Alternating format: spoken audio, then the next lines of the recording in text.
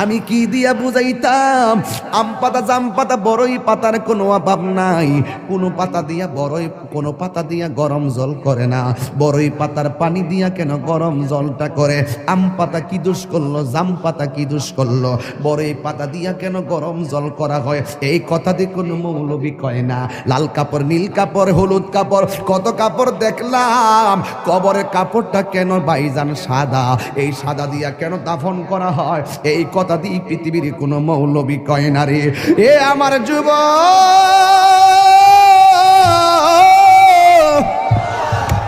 কি দিয়া বুঝাবো কবরটা কেমন ডেঞ্জারাস? কি দিয়া বুঝাবো মরণটা কত কঠিন? কি দিয়া বুঝাবো তাহিরের যে একটা দিন চলে যাওয়া মানে হলো আমার জীবন থেকে চিরদিনের জন্য দিনটা চলে গেছে। কোটি টাকা দিয়েও এই ঘন্টার সময়টা আনতে পারতাম না। এখন আমি শ্বাস ফালাইতাছি, 1 টাকা বিল দেওয়া লাগে না। নদীর পারে হাওয়া খাই, বিল দেওয়া লাগে না। পল্লী বিদ্যুতের ফ্যান বাতাস খাইলে বিল দেওয়া লাগে। আইসিইউতে ঢুইকা গেলে দিনে 50,000 টাকা গোনা লাগে। আমার আল্লাহ যে কত নিয়ামতের বাতাস আমরা ঢুকাইতাছে, বাইরে কইরাইতাছে, 1 টাকা বিল নেই না। আল্লাহ কয় বিল লাগতো না, শুধুমাত্র তোরা 5 বার আইসা কপালটারে মাটির মধ্যে লাগাইয়া দিবি। সুবহান রাব্বিয়াল আলা বলবি। দুনিয়ার মালিকের ডিউটি 20 দিন না করলে 20 দিনের বেতন কাটা। আর আমার আল্লাহ তোরে হাজিরা দিছে দৈনিক 5 বার। 1 মাসও হাজিরা দেও না, 2 মাসও দেও না, মাঝে মাঝে সিটারি হাজিরা দাও। কিন্তু আমার আল্লাহ ইচ্ছা করলে তোমার গলার মধ্যে কাটা লাগাইয়া আমার আল্লাহ রিজিকটারে বন্ধ করে দিতে পারে। এরপরও আমার আল্লাহ রিজিক বন্ধ করে না কেন জানো নি? কারণ হলো আমার আল্লাহ কয় আমি আল্লাহ তোরে মায়া কইরা বানাইছি, মায়া লাগে। আল্লাহ ডাক দিয়ে কয় আল্লাযী خلقك فسواك فعدلك في أي صورة ما شاء ركبك। আমার আল্লাহ তোরে সুন্দর নমুনায় বানাইছি। এই জন্য আমার আল্লাহকে খলাকতু বিয়াদাইয়া, আল্লাহ এই চেহারাটারে নিজের হাতে বানাইছে। আল্লাহ বলে মিনহা খলাকনাকুম, আমি এই মাটি থেকে তোরে বানাইছি, মানে আদম রে বানাইছে।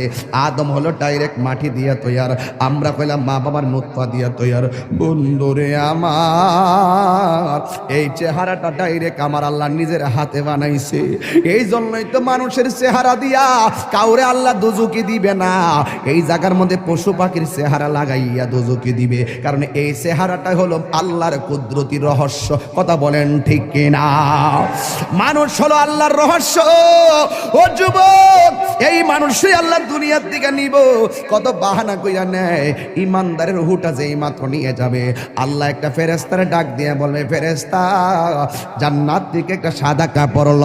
একটা সাদা কাপড় লইব, সাদা কাপড় লইয়া বলবে ইমানদারের কাছে যাও। রুহুটা আজরাইলে বের করার সাথে সাথে ওই রুহুটারে তুমি কাফন দিয়ে বাইন্ডিং কইরা ফেলাইবা। ও যুবক, এমন ভাবে রুহুটারে বাইন্ডিং করব, এমন ভাবে বাইন্ডিং কইরা আসমান দিকে উড়াইয়া লইয়া যাইব, দেখতেই তো বড় ভয় লাগে। এমন ভাবে বুঝি তাহিরিরে বাইন্ডিং করব, এমন ভাবে বুঝি আপনারে বাইন্ডিং করব, দেখলই তো কেমন জানে লাগে, দেখলই তো কেমন জানে লাগে। এইভাবে বুঝি আমার বাইন্ডিং করব। আল্লাহ বলে আজরাইল, হো আজরাইল রুহুটা লো। আবার কো জান্নাতের ফেরেশতা আমার ইমানদারের রুহুটারে জান্নাতের সাদা কাপড় দিয়া বাইন্ডিং কইরা ফেলাইবি। এবার ফেরেশতা এসে বাইন্ডিং করে কইরা আসমানের দিকে একটা উড়াল মারে। এবার আপনারা এখন বাড়ি উড়ার মানুষ, দিলটা নরম করে কন, আমাদের আসল বাড়ি কি বিল্ডিং না কবর? এই আওয়াজে মানি না, জোরে জোরে বলো, বিল্ডিং না কবর?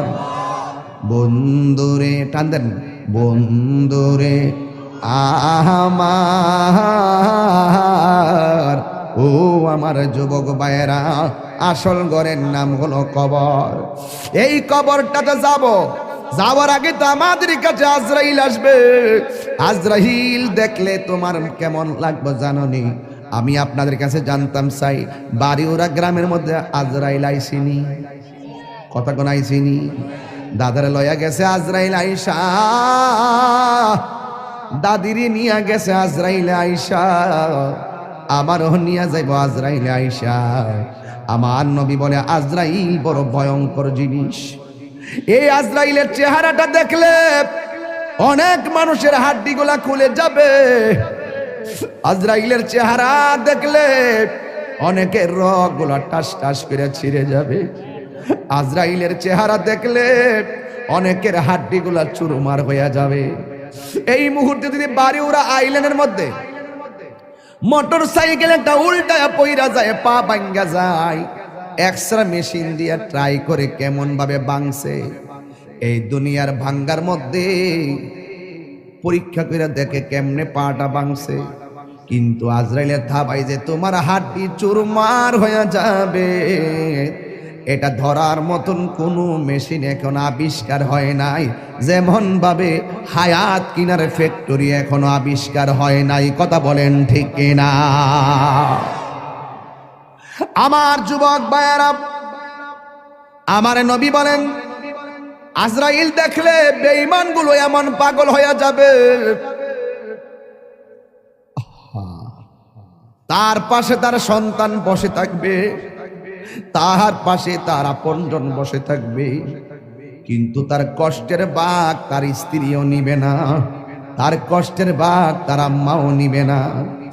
এই জন্যই তো আমার নবী বলেছেন পৃথিবীর মধ্যে মানুষের দুইটা সিস্টেম, একটা হলো বেঈমানের জিন্দেগি, আর একটা হলো ইমানদারের জিন্দেগি। বেঈমানের জিন্দেগি করলে আজরাইলে তাবা খাইয়া রক্তগুলা পানি পানি হইয়া যাইব, পানি পানি হইয়া যাইব, মনের দুঃখ বলার কোনো জায়গা থাকবে না। কিন্তু যদি ইমানদার হতে পারো, ইমানদার হইলে তোমার কাছে আজরাইল আসবে, আয়সা ঘরের দরজার মধ্যে আজরাইলে তোমারে সালাম দিব, জোরে জোরে কি আল্লাহু আকবার বলা যাবে না? যুবক, আজরাইল আয়সা তোমারে সালাম দিয়া বলবে আল্লাহ আমারে পাঠাইছে আপনার হায়াতের জিন্দেগি শেষ দিকে, এখন আপনার রূহটা নিয়ে যাবো। ইমানদার বলবে আজরাইল আর দেরি করো না, তাড়াতাড়ি আমার রূহটারে লইয়া যাও, আমার এই দুনিয়া ভালো লাগে না গো। আর দুনিয়া সিজনুল মুমিনিন, দুনিয়াটা হলো মুমিনের জন্য জেলখানা। বেঈমানরা মনে করে এই দুনিয়াটা হলো একমাত্র বালাখানা। ইমানদার ডাক দিয়া বলবে ও আজরাইল,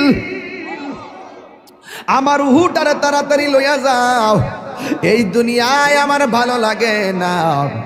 এবার ইমানদারকে আজরাইল বলবে ঠিক আছে আপনি প্রস্তুতি নেন। এবার আজরাইল বলবে তোমার রূহটার আমি মুখ দিয়া নিতেছি। ইমানদার বলবে এই মুখ দিয়া রূহ নিতে দিব না, কারণ এই জবান দিয়ে আমি আল্লাহর জিকির করেছি, তাইলে তোমার রূহটা আমি কান দিয়া নিয়ে যাব। ইমানদার বলবে না, কান দিয়া নিতে দিব না, এই কান দিয়ে আমি আল্লাহর জিকির শুনেছি। আজরাইলে বলবে ও ইমানদার তোমার চোখ দিয়া রূহ নিয়ে যাবো। ইমানদার বলবে না না না না, এই চোখ দিয়ে আমার আল্লাহর কুদরত দেখে দেখে আমি আল্লাহর গবেষণা করেছি, এই চোখ দিয়ে রূহ নিতে দিব না। আল্লাহ ডাক দিয়া বলবে আজরাইল, আজরাইল বলবে আল্লাহ তোমার প্রেমিকে মুখ দিয়া রূহ নিতে দেয় না, তোমার প্রেমিকে কান দিয়া রূহ নিতে দেয় না, তোমার প্রেমিকে চোখ দিয়া রূহ নিতে দেয় না। আমার আল্লাহ বলে আজরাইল,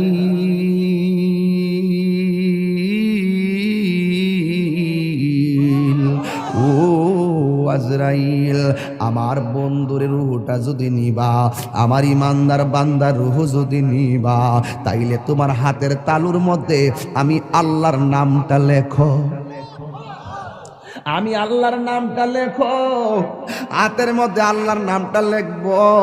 আল্লাহর নামটা কেমন জানেননি? কয় আল্লাহর নামটা আল্লাহু লা ইলাহা ইল্লা হুয়াল হাইয়ুল কাইয়ুম। এরপর আল্লাহর শব্দটার হামজাটা বাদ দিয়ে দেন, তাকে লিল্লাহি মা ফিস সামাওয়াতি ওয়াল আরদি। লাহুলা লিল্লাহ শব্দের লাম বাদ দিয়ে দেন, তাকে লাহু মুলকুস সামাওয়াতি ওয়াল আরদি। লাহু শব্দের লাম বাদ দিয়ে দেন, তাকে শুধুমাত্র হুয়াল্লাহুল্লাযী লা ইলাহা ইল্লা হু। এই জন্য আল্লাহর নামটা হলো আমার আল্লাহর ইসমে জাতের নাম। কথা বলেন ঠিক না? अल्लाह अल्लाह क्या मुबारक नाम है, अल्लाह अल्लाह आशिकों का काम है। मकान चुश्ती नमाजी पंज़गाना फवाइलुल लिल मुसल्लिन अल्लज़ीना। जोरे जोरे के अल्लाहु আকবার বলা যাবে না। আমার যুবক, আজরাইল ইমানদার চোখের সামনে আল্লাহর নামটা যখন দেখবে, ওই ইমানদার আল্লাহর নামটা যখন দেখবে, সারা জীবন সে আল্লাহর নামে ফানা ছিল, সারা জীবন সে নবীর প্রেমে ফানা ছিল। ও যুবক রে, ইমানদার যখন শুইয়া শুইয়া আল্লাহর নামটা দেখব, তখন ইমানদার আল্লাহর নামের উপরে ফানা হইয়া যাবে। এ আমার বন্ধুরি, ও বাড়িওয়ালার বন্ধুরা, ও আমার মইনদের বন্ধুরা, ও আমার সাজদাপুরের বাবা, কুস্তির বাবা, বুড্ডার বাবা, যত জায়গা থেকে আসছে রে বাবা, ও মল্লেশ্বরের বাবা, আমার আল্লাহ বলে আজরাইল তোমার হাতের তালুর মধ্যে আমি আল্লাহর নামটা লেখো। আল্লাহর নামটা দেখে ইমানদার আল্লাহর নামে ফানা হইয়া যাবে। এই সুযোগে আজরাইলে ইমানদারের রুহটার সার্জারি কইরা লইয়া যাইব। ইমারে বাবা ছোট বাচ্চা মায়ের স্তন থেকে দুধ পান কইরা যেমনে ঘুমায়া গেলে টের পায় না, ইমানদার বাড়ি ওরা ভাঙ্গা ঘরে এমন ভাবে ঘুমায়া যাইব যারা পরিমাণ কোনো টের পাবে না। আর জোরে জোরে কন্যা আল্লাহু আকবার। এই জন্য আমার যুবক, আল্লাহ কয় এই মাটি থেকে তোরে বানাইলাম, এই মাটিতেই তোরে দাফন করা হবে। আপনি চলে গেলেন, আপনাকে বড়ই পাতার গরম জল দিয়া গোসল করাইতেছে। কেহ লইল আতর লোবান, কেহ লইল জল। আমি কি দিয়া বুঝাইতাম? আম পাতা, জাম পাতা, বড়ই পাতার কোনো অভাব নাই। কোনো পাতা দিয়া বড়ই, কোনো পাতা দিয়া গরম জল করে না। বড়ই পাতার পানি দিয়া কেন গরম জলটা করে? আম পাতা কি দোষ করলো? জাম পাতা কি দোষ করলো? বড়ই পাতা দিয়া কেন গরম জল করা হয়? এই কথা দিয়ে কোনো মৌলবি কয় না। লাল কাপড়, নীল কাপড়, হলুদ কাপড়, কত কাপড় দেখলাম।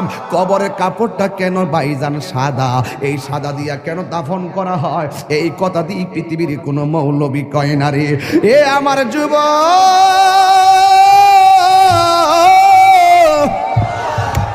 কি দিয়ে বুঝাবো কবরটা কেমন ডেঞ্জারাস?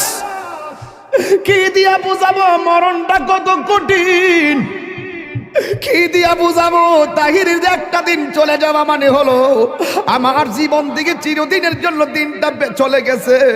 কোটি টাকা দিয়েও এই ঘন্টার সময়টা আনতে পারতাম না।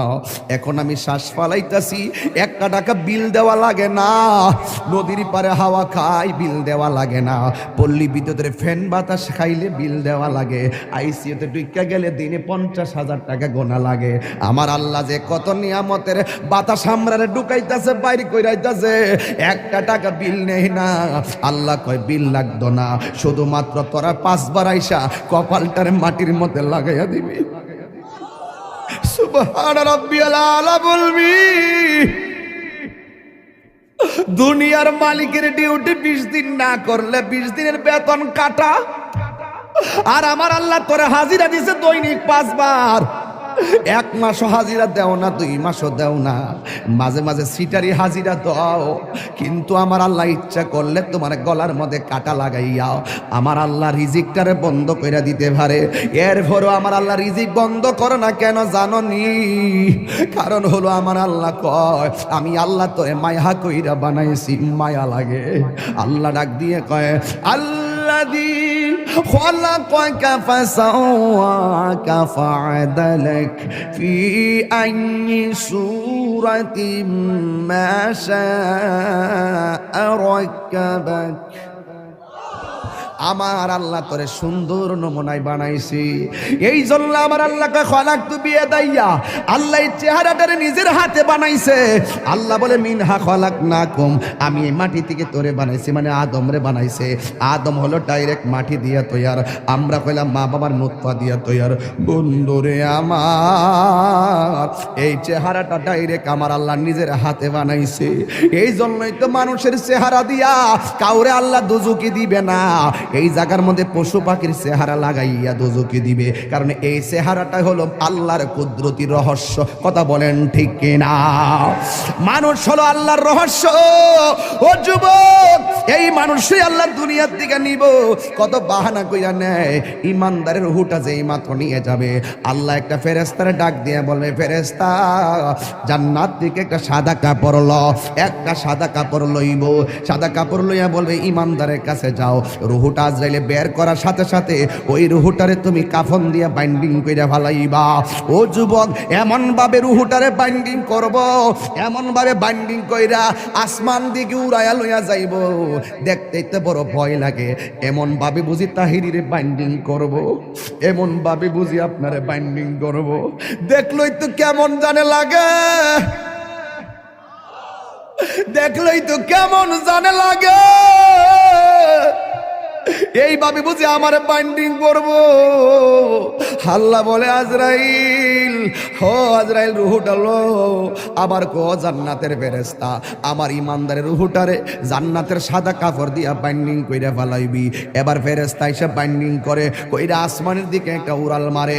এবার আসমানে যায়, প্রথম আকাশের ফেরেশতা কই, ও ফেরেশতা যাওয়ার সময় দেখছি তোমার কোনো গ্রাণ নাই, কিন্তু এখন কোথায় থেকে খুশবু আসতেছে? কই এটা হইলো কথার কথা বলতেছে আর কি, যদি বাড়ি উড়ার ইমানদার হয় এমনে বলবে এটা হইলো বাড়ি উড়ার ইমানদারের রুহু লইয়া যাইতেছি। সাথে সাথে প্রথম আকাশের ফেরেশতা এই রুহুটারে সালাম দিব। এবার দ্বিতীয় আসমানে গেলে সালাম দিব, তৃতীয় আকাশে গেলেও সালাম দিব, চতুর্থ আকাশে গেলেও সালাম দিব, পঞ্চম আকাশে গেলেও সালাম দিব, ষষ্ঠ আকাশে গেলেও সালাম দিব, সপ্তম আকাশে গেলেও সালাম দিব রে বাবা। এবার যাওয়ার পরে আমার আল্লাহ ডাক দিয়া কয়, ও ফেরেশতা আর সামনে নিস না, আমি আল্লাহ ইমানদারের জন্য একটা বাড়ি বানাইছি, আর সামনে নিস না গো, আমি আল্লাহ একটা বাড়ি বানাইছি। ওই বাড়িটার নাম কি? বাড়ির নাম হলো কোরআনের ভাষায় হলো ইল্লিন। এই রুহুটারে ইল্লিনে রাইখা দে, আর এই দিক দিয়া বাড়ি উড়ার এই আমার বাবার বডিটারে বাইন্ডিং করবার লাইগা বাড়ি উড়ার দোকান থেকে সাদা কাপড় আইনা বডিটারে বাইন্ডিং করলো। মানুষ আইব রে এক নজর দকিতে, মানুষ আইব রে। বিষয়টা দিছেন খুব কঠিন। মানুষ আইব রে এক নজর দেখিতে, মানুষ আইব রে। দেহ কাচার অচিন পাখি, দেহ কাচার ও চিন পাখি, উইরা যেদিন যাইব রে এক নজর দেখিতে, মানুষ আইব রে। এইভাবে আপনার বডিটারে দেখবার লাগে কত মানুষ আইব, আয়া দৌড়ায় দৌড়ে আবার যাইব গা, কয় বাজার আছে আমার কাজ আছে, কয়া কয়া দৌড়ায় দৌড়ে যাইব গা। কিসের তোর বন্ধু? ফেসবুকের বন্ধু।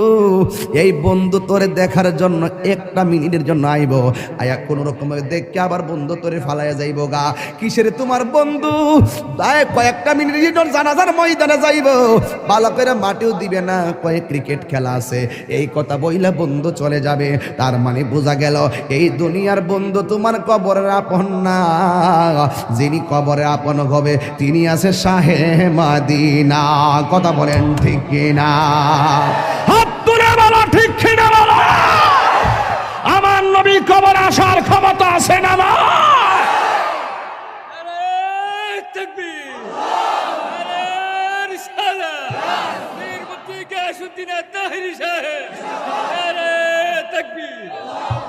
আল্লাহু আকবার বলেন। এবার ইমানদারের রুহু হলো ইল্লিনে, বডি হলো বাড়িউরা। ইমানদারের রুহুরে বাইন্ডিং করে লইয়া গেছে জান্নাতের কাপড় দিয়ে আমার আল্লাহ, আর ই বাড়িউরার ইমানদারের বডিটারে বাইন্ডিং করবার লাগে বাড়িউরার কাপড় আইনা কবর লইয়া যেতেছে। আল্লাহ ডাক দিকে, এই ফেরেশতা, আমার প্রেমিক যাইতেছে গড়ে, যায়া রুহুটা নিয়ে তার ভিতরে ঢুকাই দিয়া। কবরে তো দুইজন ফেরেশতা আইব, আমি তো তিনজন আইব। ওই একজন আয়া রুহু দিয়ে যাইব গা, দুইজন আয়া প্রশ্ন করবো, জোরে কর না সুবহানাল্লাহ। সপ্তাহ কোন দেখো না। এবার ওই কবরের ভিতরে ইমানদারের প্রশ্ন করব তিনটা। কয়টা?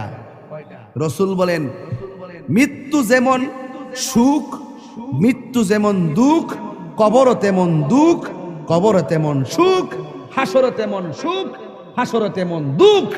দুঃখের রাস্তা, সুখের রাস্তা, আমরা চাইব কোন রাস্তা? তো সুখের রাস্তা চাইলে তো সুখের কাজ করা লাগবে। কারো কারো জীবনে দুঃখগুলি সুখ হয় না, আহমদ সে সুখের, নূর নবী সে সুখের আলোকিত আয়না, তার রঙে রঙিন হলে দুঃখগুলি আর দুঃখ রয় না সবার জীবনে। আল্লাহুম্মা সাল্লি মাওলানা মুহাম্মদ ওয়া আলা আলি সাইয়্যিদিনা। বাজান, আপনারা যদি কেউ উঠেন আমি কষ্ট পাবো। আমি আসল ঘরের ওয়াজ করতেছি। যদি কেউ মন খারাপ করেন আর ডান বাম সান আর মুখে হাসি আসে, তাইলে আপনার মুসিবত। কেরে? আসল ঘরে না। রাসূল বলছেন কবর হইল আখিরাতের প্রথম মঞ্জিল। ওই প্রথম মঞ্জিলের কথা বলতেছি। আর আপনি যদি ফেসবুক চালানো ওয়াজে বসে বসে, সেটা দুঃখজনক। আমার দিকে তাকান, কবরে সুখ আছে কিনা? রাসূল বলেন বেনামাজের জন্য কবরে তিনটা শাস্তি। আমাদের খলিল রেজা সাহেব এখানে নামাজ পড়ান, ভালো আলেম। আমার বড় কষ্ট হয়, আল্লাহ রাসূল এই কথাটাই বলছিলেন, মসজিদে যখন জামাত হয়, আমি যখন দেখি কেউ ঘরে বসা, আমার মনে চায় তার ঘরটারে আমি আগুন দিয়ে জ্বালাই দিই। আমার খুব ব্যথা লাগে যখন মসজিদে জামাত হয়, আপনি দোকানে আড্ডা দেন, মনে হয় যেন কবরে শুধু আমরাই যাবো, আপনারা যাইতেন না। রাসূল বলেন কবরে বেনামাজির জন্য তিনটা শাস্তি, লিখে রাখেন। নাম্বার 1, কবরে দেওয়ার পরে দুই পাশের মাটি দুই প্রান্তে চলে যাবে। এই ছেলে, এই বসো।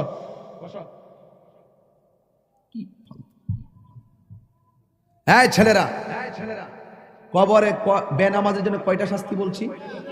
আজকে থেকে পরিপূর্ণ মাদ্রাসা থেকে একটা হেদায়েতের বার্তা নিয়ে যাও। কয়টা শাস্তি বলছি ভাই? নাম্বার 1, কবরে লাশ দেওয়ার পরে দুই পাশের মাটি দুই প্রান্তে চলে যাবে। বলবেন এটা কিভাবে সম্ভব? দুই প্রান্তের মাটি দুই প্রান্তে যাবে কিভাবে? আজরাইলে কত বড় জানেন? যার মাথায় 7 সমুদ্র 13 নদীর পানি দিলেও 1 ফোঁটা পানি জমিনে পড়বে না। যার এক মুষ্টি মাটি সমান সমান 70 মন। এক মুষ্টি মাটি আদম রেজে বানাইছিল, এক মুষ্টি আইসা এক মুষ্টি মাটি সমান সমান 40 মতান্তরে 70 মন। তাহলে উনি কত বড় দেহের অধিকারী? এই এত বড় আজরাইল আপনার ছোট্ট ঘরের রুমের ভিতরে ঢুকছে কেমনি? এটা যেমন সম্ভব, হিটাও সম্ভব। কথা বলেন। দুই প্রান্তে চলে যাবে। বেনামাজির জন্য কবরে তিনটা শাস্তির একটা শাস্তি হলো দুই পাশের মাটিগুলো এসে তোমাকে এমন জোরে চাপা দিবে, ডান পাশের হাড্ডিগুলো বাম পাশের ভিতরে ঢুকে যাবে, বাম পাশের হাড্ডিগুলো ডান পাশের ভিতরে ঢুকে যাবে। রাসূল কি বার্তা দিয়েছে শুনেন।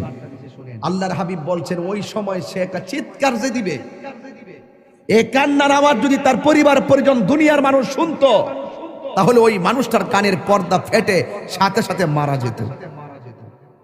আল্লাহ, বিকট আওয়াজ হবে। রাসূল বলেন এই আওয়াজ যদি পৃথিবীর কাহারও কানে লাগতো, তাহলে মানুষের পর্দা, কানের পর্দা ফেটে মারা যেত। গরু, ছাগল, চতুষ্পদ জন্তু যারা, তারা কবরের আযাবের আওয়াজ শুনে। আপনি জানেন না তো, হাদিসের ভাষায় দেখেছি কবরের ভিতরে মানুষগুলা যে কান্নাকাটি করে, এত ভয়ঙ্কর হাউমাউ, ঝগড়া লাগলে বলছে না কাউ কাউ, কি আওয়াজ হয়, আল্লাহ বাঁচাও, আর পারছি না, আল্লাহ তুমি বাঁচাও, আর আগুন সহ্য হয় না, সাপের দংশন সহ্য হয় না। মাঝে মাঝে দেখবেন গরু ছাগলগুলো ঘাস খায়, হুট করে দাঁড়ায় থাকে, হুট করে রশি ছিঁড়ে দূর মারে। কেন? ওরা কবরে আযাবের কান্নাকাটির আওয়াজ শুনে। এই কাউ মাউ যদি দুনিয়ার মানুষ শুনতো, রাসূলকে জিজ্ঞেস করে, রাসূল চতুষ্পদ জন্তু কথা বলতে পারে না, তারা কবরে আওয়াজ শুনে, মানুষ কেন শুনে না? রাসূল উত্তর দিলেন, মানুষ যদি কবরে আযাব শুনতো, তাইলে মানুষ দিন দরদ ছাইরা দিয়া মানুষ পাগল হইয়া, হার্ট ফিল হইয়া মারা যেত। গভীর মনোযোগ, কবরের আলোচনা করতে বলেছেন, তাই সাইড লড়ব না। মাটি তোমাকে এমন ভাবে চাপা দিবে, কোটিপতি হইয়া কবরে দোহাই দিলে চলবে না আমি কোটিপতি ছিলাম। এই কবরের মাটি তোমাকে মাটির সঙ্গে মিশাবে, কিন্তু মরণ হবে না। আপনি আল্লাহকে বলবেন, আল্লাহ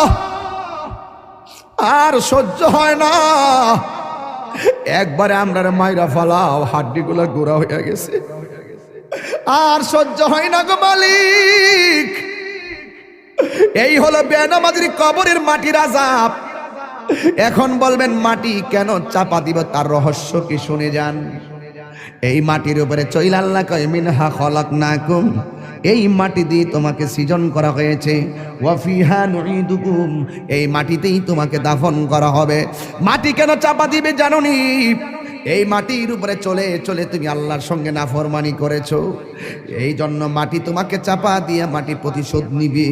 এই জন্য যুবক, রাত্রে গুনাহ করতে গেলে খেয়াল কইরো কবর আযাবের কথা, উপেনে গুনাহ করতে গেলে আল্লাহর কথা চিন্তা কইরো। কেউ জানে না, একজন জানে সব কথা, জবানটা খুলে বলুন তিনি কে? বেনামাজির জন্য প্রথম শাস্তি হলো কবরের মাটির চাপ। এখন বলবেন হুজুর 2 নম্বর শাস্তি কি?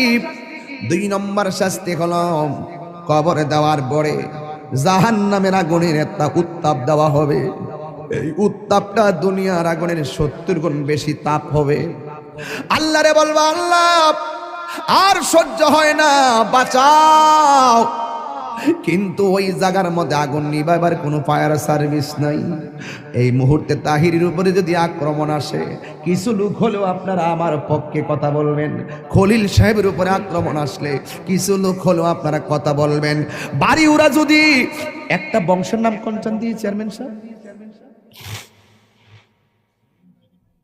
চেয়ারম্যান সাহেবের বাড়িতে যদি আগুন লাগে, বা আমার বাড়িতে আগুন লাগলে পাশের বাড়ির মানুষকে আগুন নিভাতে যাবে না ভাই? যাবে না? যাবে না? আমার বাড়িতে আগুন লাগলে পাশের বাড়ির মানুষ আগুন নিভাতে যাবে, কিন্তু ঘরের পাশে কবরে আগুন দাউ দাউ করে জ্বলতেছে, আগুন নিভাইবার কোনো ব্যবস্থা আসেনি রে বাবা। এই জন্য বেনামাজির কবরে আগুন ধরে দিবে, অবস্থা ভয়াবহ হবে। 3 নম্বর বেনামাজির কবরে 3 নম্বর শাস্তি হলো, বেনামাজির কবরে একটা সাপ ঢুকবে, যেই সাপের দাঁতগুলো হবে 70 গজ লম্বা, চোখগুলো হবে দুনিয়ার আগুনের চাইতে 70 গুণ লাল, ওই সাপটার মাথায় থাকবে মহিলাদের চুলের গোছার মতন চুল, ওই সাপের গায়ের মধ্যে দুর্গন্ধ থাকবে। আমরা একটা সাপের দুর্গন্ধ সহ্য করতে পারি না, নাকে ধরে যাই, লাশের গন্ধ সহ্য করতে পারি না, কিন্তু ওই সাপের গায়ের মধ্যে এমন দুর্গন্ধ থাকবে গো, এই সাপের দুর্গন্ধ যদি কাহারো নাকের মধ্যে লাগতো ওই মানুষটা কলেরা হইয়া সাথে সাথে মারা যাইতো। এমন দুর্গন্ধ সাপ কবরে ঢুকাইয়া দেওয়া হবে। ও তাহিরি হুজুর, এই সাপটা কতটুকু লম্বা? বুখারী শরীফের হাদিস খুললা দেখেন, এই সাপের দৈর্ঘ্য হলো 450 কিলোমিটার লম্বা। এমন বিষাক্ত সাপ তোমার পায়ের মধ্যে সুবল দিবে না, তোমার কপালের মধ্যে সুবল দিবে না। কারণ মানুষের বডির ভিতরে কোন দিক দিয়ে শয়তান মানুষের ভিতরে ঢুকে জানেননি? কান দিয়া ঢুকে না, নাক দিয়া ঢুকে না, চোখ দিয়া ঢুকে না, শয়তান মানুষের ভিতরে প্রবেশ করে নাভি দিয়া, নাভি দিয়া। এই জন্য ওই শয়তানের পাল্লাই পইরা যারা নামাজ চাইরা দিছো, ওই সাপটা তোমার নাভির মধ্যে এমন জোরে 70 গজ দাঁতটা বসাইয়া দিয়া বডিটারে আলাদা কইরা 70 গজ মাটির নিচে নিয়ে ঢুকাইয়া দিবে। আপনি বলবেন আল্লাহ আর সহ্য হই না গো।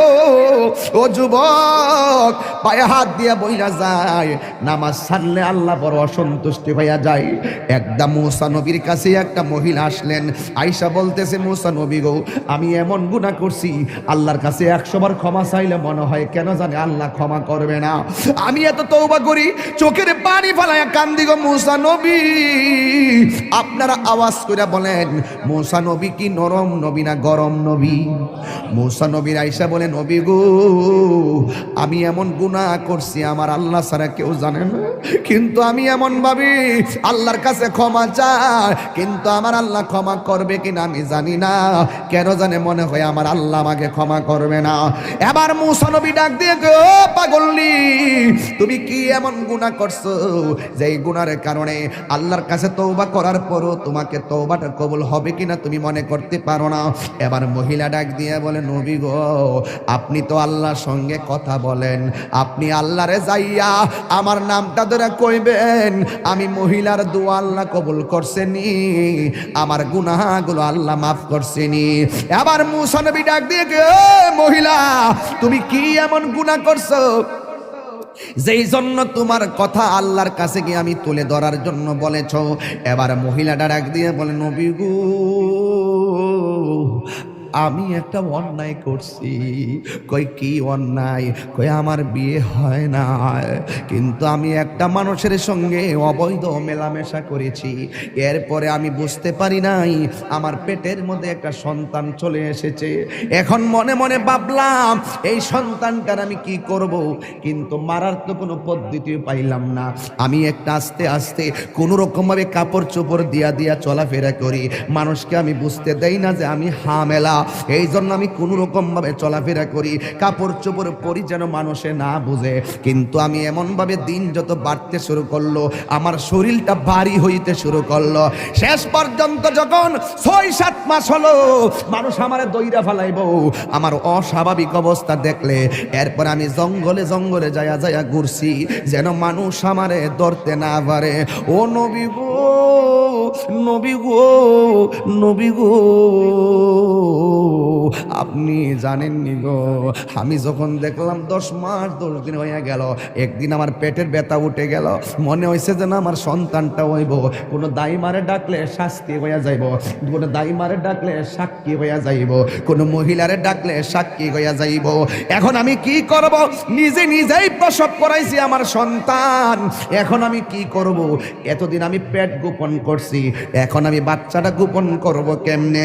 এক তো আমি জিনা কইরা গুনাহ করলাম, 2 নম্বর সন্তান হইয়া গেছে, এখন আমি সন্তানটা লোক সমাজে লইয়া গেলে আমি কলঙ্কিনী হইয়া যাইব। মুসা নবী, আমি কি ভয়ঙ্কর গুনাহ করছি জানেননি? আমি জঙ্গলার ভিতরে বাচ্চাটা হওয়ার পরে জিন্দা সুন্দর একটা ফুটফুটে বাচ্চা, এই বাচ্চাটার আমি গলার চিপ দিয়া মাইরা ফেলাইছি। এই জন্য আমি জিনা কইরা গুনাহ করছি এক অপরাধ, আমার পেটের মধ্যে বাচ্চা নিছি আরেক অপরাধ, এই বাচ্চা হওয়ার পরে আমি গলা চিপ দিয়া মাইরা ফলাইছি, এটা আমার অপরাধ। এবার মুসা নবীর ইয়া মুসা কালিমুল্লাহ মাফ হইবনি গো, আমার গুনাহ মাফ হইবনি। মুসা নবী তো গরম নবী, মুসা নবী ডাক দিয়া কমবক্তার মহিলা, যাও যাও এখান থেকে চলে যাও, এখান থেকে চলে যাও, এখান থেকে চলে যাও। ইন দি মিন টাইমে মহিলা ডাক দিয়া কয় মুসা নবী গো, অনেক আশা ভরসা লইয়া আপনার কাছে আসছিলাম, আপনি আমারে তাড়াইয়া দিতেছেন, কিন্তু এখন আমি কি করব? এবার মুসা নবী কয় না না, তুমি যে অন্যায় করছো তোমার কোনো ক্ষমা হওয়ার কথা না। এই মুহূর্তে আল্লাহ ডাক দিয়ে কয় ও মুসা রে, ও মুসা, যে অপরাধটা তুমি বড় মনে করছো এর চাইতে আরো বড় গুনাহ আছে, তুমি জানো নি? যেই গুনাহ করলে আমি আল্লাহ এর চাইতে আরো বেশি অসন্তুষ্টি হইয়া যায়। কয় কি? কয় যারা ইচ্ছা কইরা নামাজ চাইরা দে ওই বান্দার উপরে আমি আল্লাহ এর চাইতে বেশি বেজার হইয়া যায়। এই জন্য যুবক, কবরের শাস্তি বড় ভয়ঙ্কর, নামাজের শাস্তি তিনটা। এক নম্বর কবরটা হয়ে যাবে সংকুচিত, 2 নম্বর কবরে সাপ আসবে, 3 নম্বর কবরে আগুন ধরাইয়া দেওয়া হবে। যদি তুমি ইমানদার হইতে পারো তাইলে তোমার কবরের মধ্যে আবার 3টা শান্তি। 1 নম্বর হইল তোমার কবরের ভিতরে আমার আল্লাহ জান্নাতের বিছানাটা পাঠাইয়া দিবে। 2 নম্বর হলো এই কবরে শোয়ার পরে ডান দিকে তুমি তাকাইলে একটা নূরের বাতি দেখতে পারবা। তুমি জিজ্ঞেস করবা ও নূরের বাতি তুমি কোথায় থেকে আমার কবরে আলো দাও? কয় আমারে চিনো না, আমি হইলাম দুনিয়ার তোমার 5 ওয়াক্ত নামাজ আর নেক আমল। এবার ইমানদার বাম পাশে তাকাবে, তাকাইয়া দেখবে আর একটা নূরের বাতি দেখা যায়। ইমানদার বলে তুমি কে গো? কয় আমারে চিনো না, আমি হইলাম সেই আলো, আমার আল্লাহ আমারে পাঠাইছে, আমি সূর্যের আলো না, আমি চাঁদের কোনো আলো না। তুমি যে দুনিয়ায় কোরআন তেলাওয়াত করেছো, তোমার কোরআন তেলাওয়াতটা আমি আল্লাহ রাব্বুল আলামিন, আমি তেলাওয়াতটাকে আমার আল্লাহ তোমার কবরের ভিতরে আহাগু আলো বানায়া পাঠাইছে, তোমার কবরের অন্ধকার দূর করে দেওয়ার জন্য। জোরে জোরে কে আল্লাহু আকবার বলা যাবে না? তার মানে প্রমাণ হয়ে গেল মৃত্যু যেমন দুঃখ আছে, মৃত্যু যেমন সুখ আছে, কবরও তেমন সুখ আছে, কবরও তোমার দুঃখ আছে। এই কবর থেকে তুমি একটা ময়দানে উঠবা, ওই ময়দানটার নাম হলো হাসরের ময়দান। জোরে জোরে কি আল্লাহু আকবার বলা যাবে না? ওই ময়দানে তুমি এমনি উঠবা না, উলঙ্গ অবস্থায় উঠতে হবে। আয়েশা সিদ্দিকা ডাক দিয়ে কয় ইয়া রাসূলুল্লাহ, একটা আওয়াজ দিবেন যে আওয়াজটা মাহফিল আজকে হয় নাই। ইয়া রাসূল আল্লাহ নবী গো,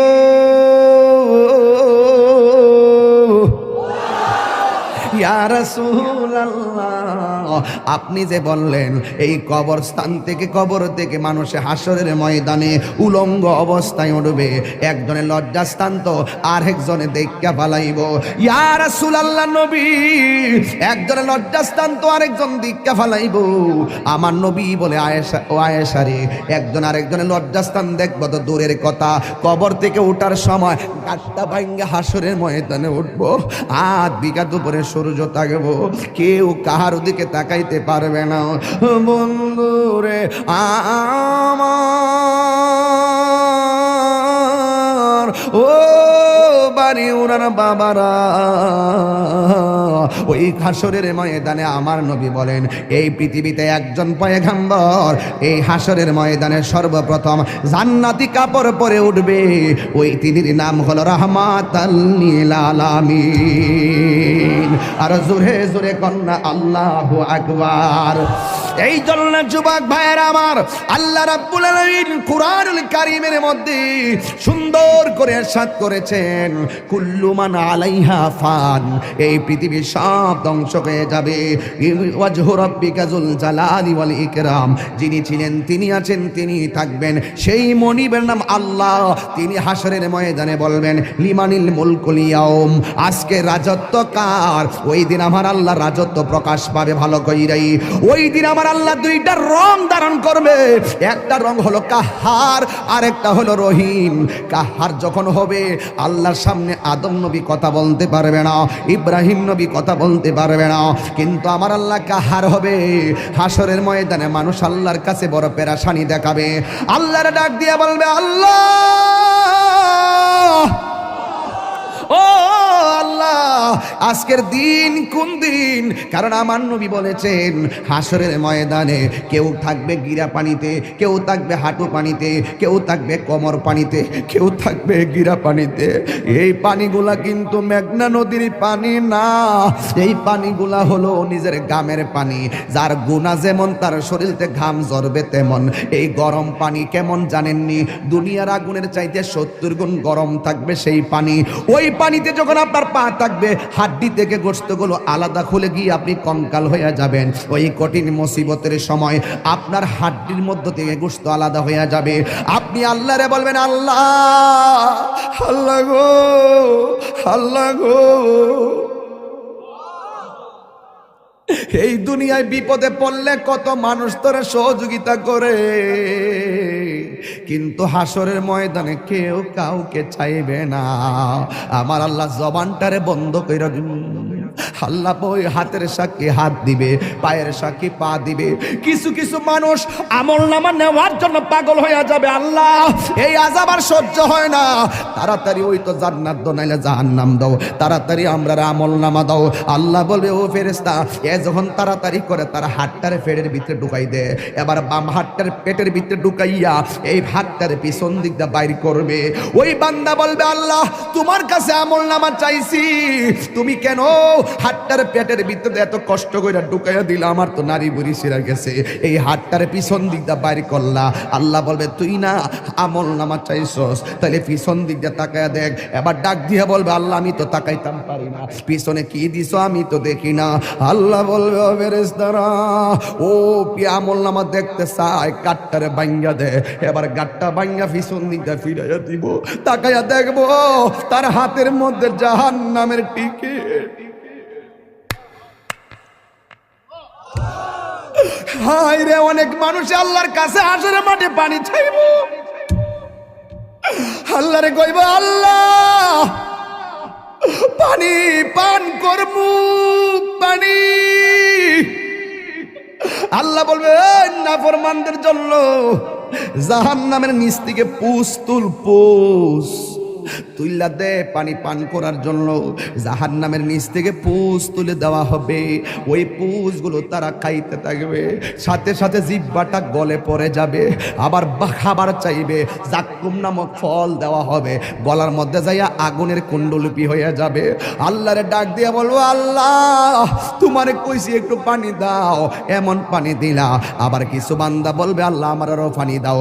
আল্লাহ বলবে, এই বান্দাগুলারে ওই পানিটা পান করাইয়া দে, যে এই পানি এক ফোঁটা পান করলে জীবনেও আর পানি তৃষ্ণা লাগবে না। এবার তাদেরকে হাউজে কাউসারে পানি পান করানো হবে। ওই বান্দারা বলবে, আল্লাহ আমরা তোমার বান্দা, তারাও তোমার বান্দা,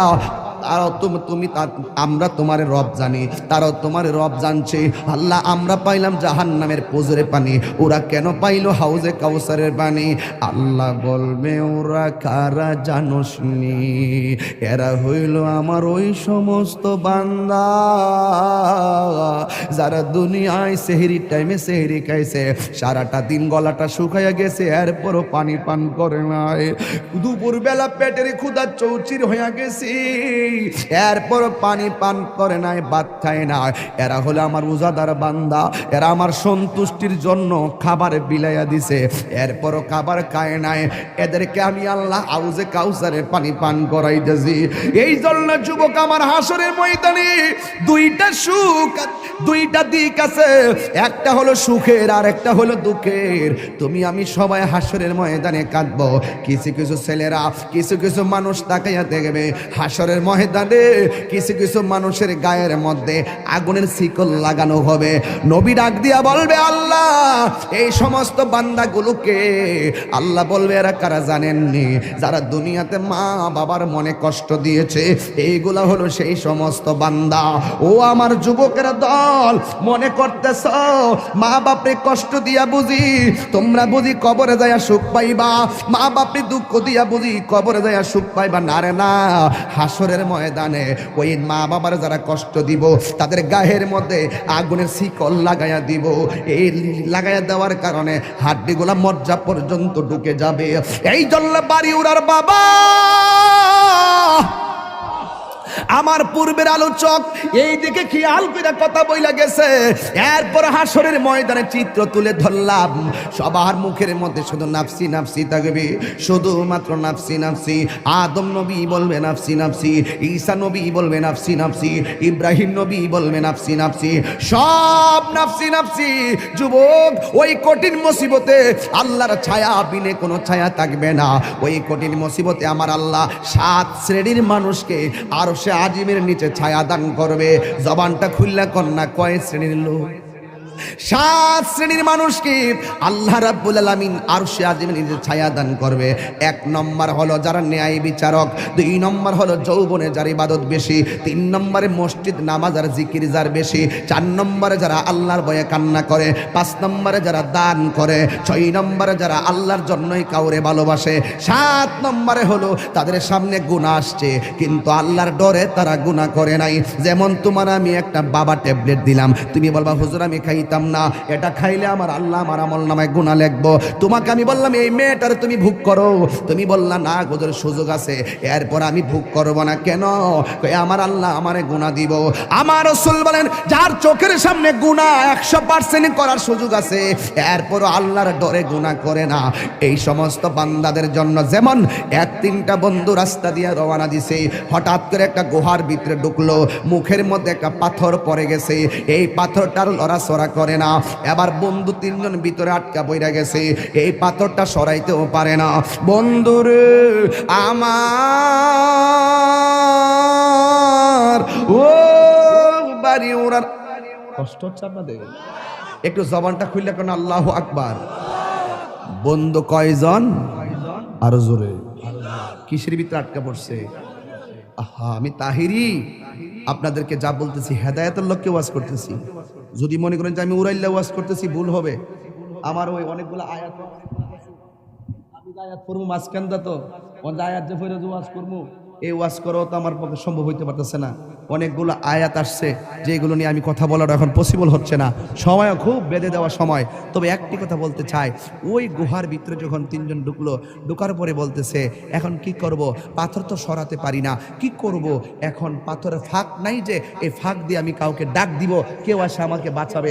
আবার যদি কেউ ডাক দিতে না পারি, পাথর যদি সরাতে না পারি, তাহলে এটার ভিতরে আমাকে না খেয়ে মরতে হবে। এখন 3 বন্ধু বলতেছে তাহলে একটা কাজ করো, নিশ্চিত মৃত্যুর মুখে পড়ে একজন আরেকজনকে কয় জীবনে যদি কোনো ভালো কাজ করে থাকি, চলো ওই ভালো কাজটাকে পুঁজি করে আল্লাহকে বলি, আল্লাহ তুমি আমাকে এই কাজটার উসিলাই তুমি আমাকে মাফ করে দাও। এবার এক বন্ধু কয়, আল্লাহ একটা মেয়েকে আমি তাড়া করেছিলাম, মেয়েটাকে তাড়া করার পরে মেয়েটা খুচুট খেয়ে নিচে পড়ে গেছে, আমি তাকে ভোগ করার জন্য তার শরীর থেকে ওড়নাটা সরাই ফেললাম, তার শরীর থেকে কাপড়টা সরাই ফেললাম, আমি তাকে ভোগ করার জন্য তার উপর ঝাঁপিয়ে পড়লাম। মেয়েটা আমাকে বলল, হে যুবক তুমি আমাকে ভোগ করবা, আমি নিরুপায়, আমি অস্থির, আমি কি করব, এখন আমি বাঁচতে পারবো না, আমি হয়তো এখন নিঃসন্দেহে আমার ইজ্জত লুণ্ঠন হয়ে যাবে, কিন্তু তুমি আমাকে ভোগ করার আগে তোমাকে আমি একটা কথা বলি, তোমার সামনে তো নিশ্চিত আমাকে তুমি ভোগ করতে পারবা, আমার তো বাঁচার কোনো উপায় নাই, তবে একটা কথা, তুমি আল্লাহকে ভয় করো।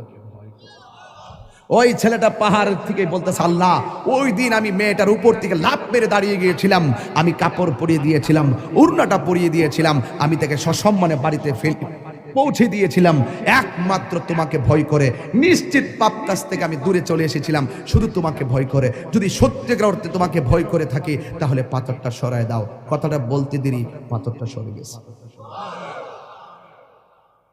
রাসূল বলেন নিশ্চিত তার সামনে গুনাহ আছে, নিশ্চিত গুনাহ, সুযোগ আছে, বৃষ্টি পড়তেছে, মালিকে টিনের ঘরে ঘুমাইতেছে, হুট করে কলিজাল লয়ে গেছে, টিনের ঘরের আওয়াজে, বৃষ্টির আওয়াজে হয়তো মালিকে টের পাবে না, কলিজালটা হাতের মধ্যে নিয়ে কেউ মারতেছে, নিশ্চিত 20-25টা মাছ উঠবে। কেউটা মারতে যায়, কয় মালিককে দেখতো না, চুরি যে কর্ম গুণা তো হইব, থাক দে। দুধ দোহন করছে, হুট করে কয় 2 কেজি হইছে, আধা কেজি 1 পা পানি দিয়ে দিই, দামটা একটু বেশি পাবো, পানিটা মিশানোর সুযোগ আছে, না কেউ দেখে না, আল্লাহ দেখতেছে।